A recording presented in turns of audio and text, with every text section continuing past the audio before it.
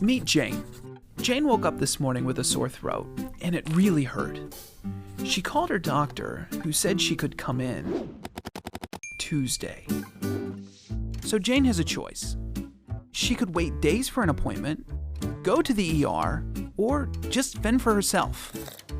But there's another way. In some states, Jane could go down the street to her neighborhood walk-in clinic where a nurse practitioner would be waiting to treat that sore throat today. But where Jane lives, that's not allowed.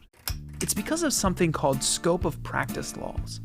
These laws limit what some healthcare providers, like nurses and physician assistants, can diagnose and treat on their own, despite the fact that they're already trained to provide basic medical care.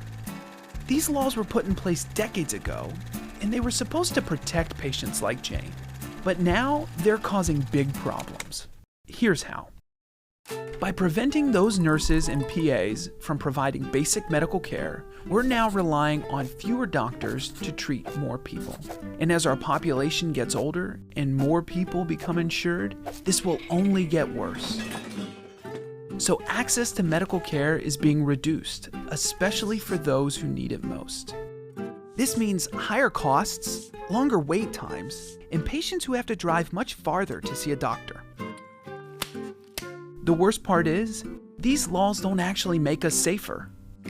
The evidence shows that nurses and PAs can do just as good a job as doctors in terms of patient outcomes. And patients, they actually like the nurses better. So why get in the way? Well, the good news is dozens of states have already removed these barriers, allowing folks like Jane to get faster care at lower cost. Imagine if the rest of the country reformed their scope of practice laws. Almost overnight, hundreds of thousands of medical professionals would be empowered to provide patients with routine medical care. Meanwhile, doctors can turn their attention to urgent, more complex medical work. So the next time Jane wakes up with that sore throat, she can get treated quickly and save money by visiting her local nurse practitioner. And leave the ER for, emergencies. Jane doesn't need much.